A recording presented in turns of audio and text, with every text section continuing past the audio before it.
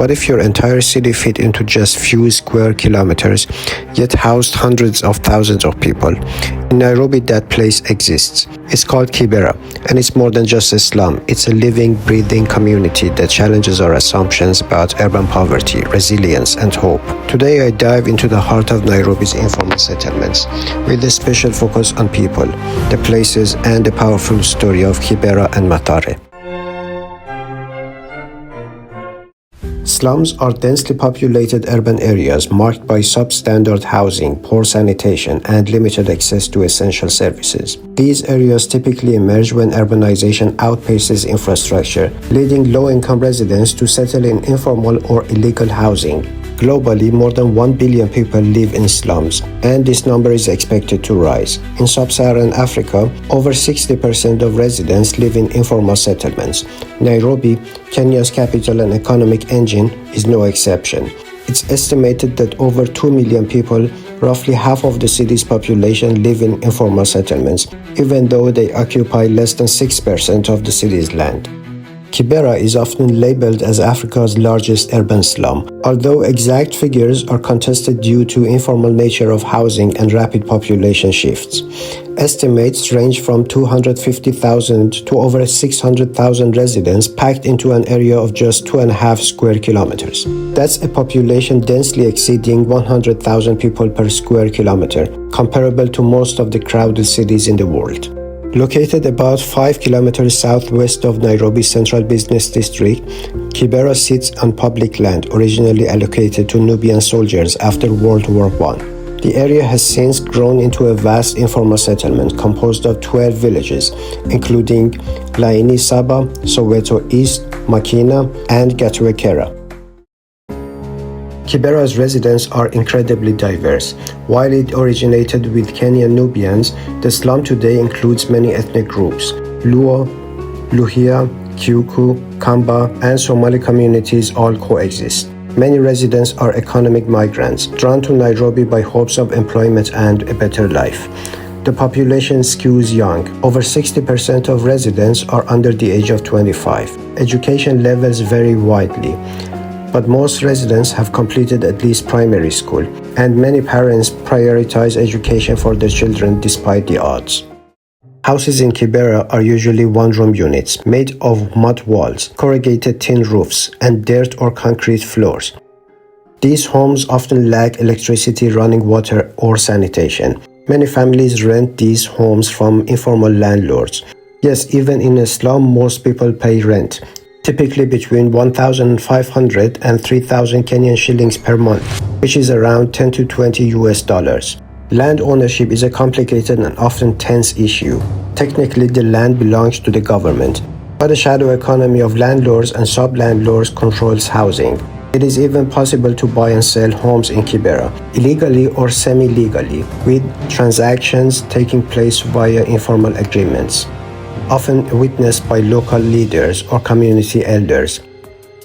A single-room structure may sell for 10,000 to 50,000 Kenyan shillings, which is $70 to $350, depending on location and construction quality. Water is a daily struggle. While Nairobi City Water and Sewage Company supplies some water, access is limited. Most residents buy water from private vendors at 2 to 5 shillings per 20-liter jerry can. Far more than wealthier neighborhoods pay for piped water. Sanitation is perhaps Kibera's greatest challenge. Only 10% of households have access to a toilet within their homes. Most use shared pit latrines, often in poor condition, or resort to the infamous flying toilet, plastic bags used and discarded into open drains or roads. Organizations have stepped in with innovations like biocenters, which offer clean toilets, showers, and biogas facilities, but demand far exceeds supply.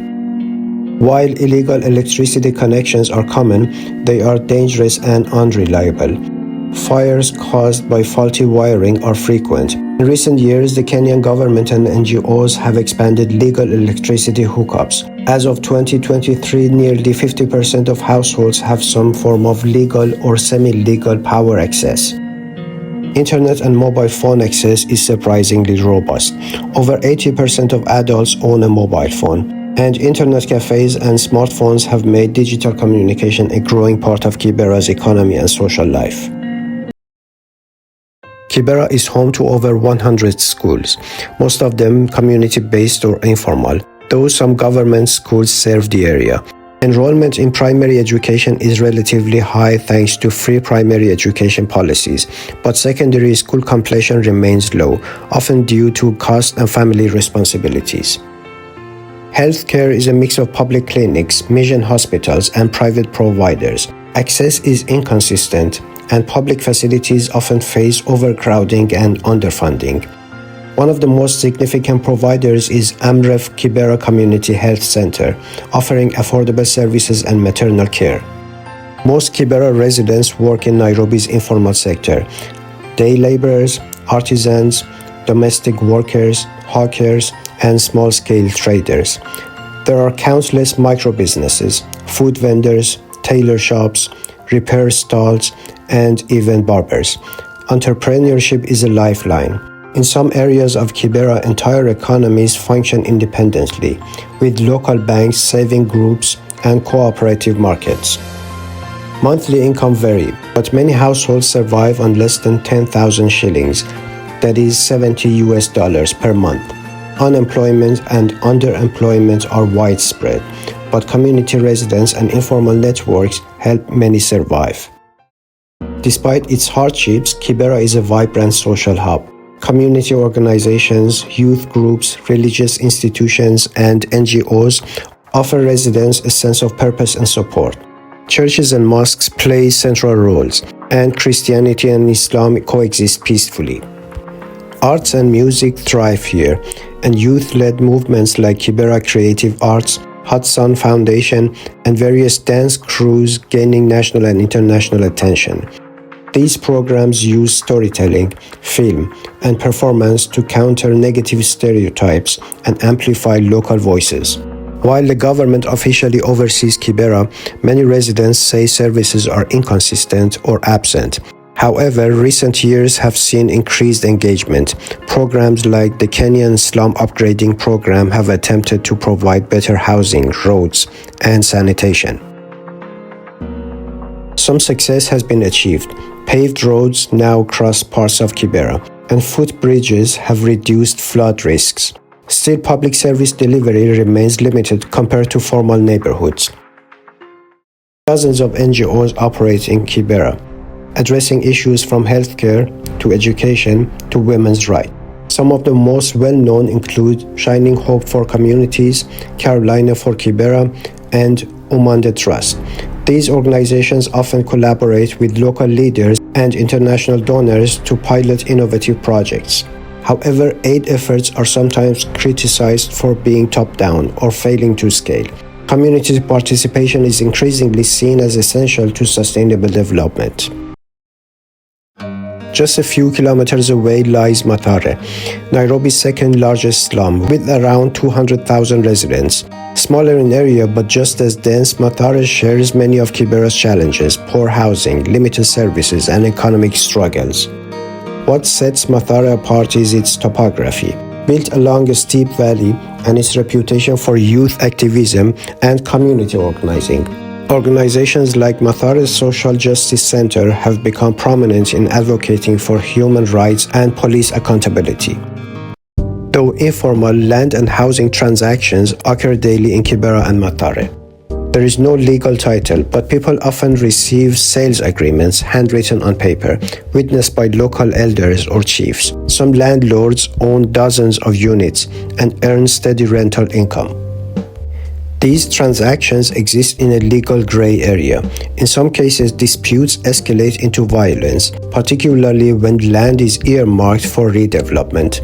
As urban land values rise, the pressure to displace slum residents increases, despite their long tenure. The presence of slums in Nairobi raises complex questions about urban planning, housing, and social justice. With the city's population expected to exceed 7 million by 2030, informal settlements are likely to grow unless massive investments in affordable housing are made. The Affordable Housing Program under Kenya's Big Four agenda seeks to build 500,000 homes, but implementation remains uneven. Meanwhile, slums like Kibera continue to adapt, evolve, and resist marginalization.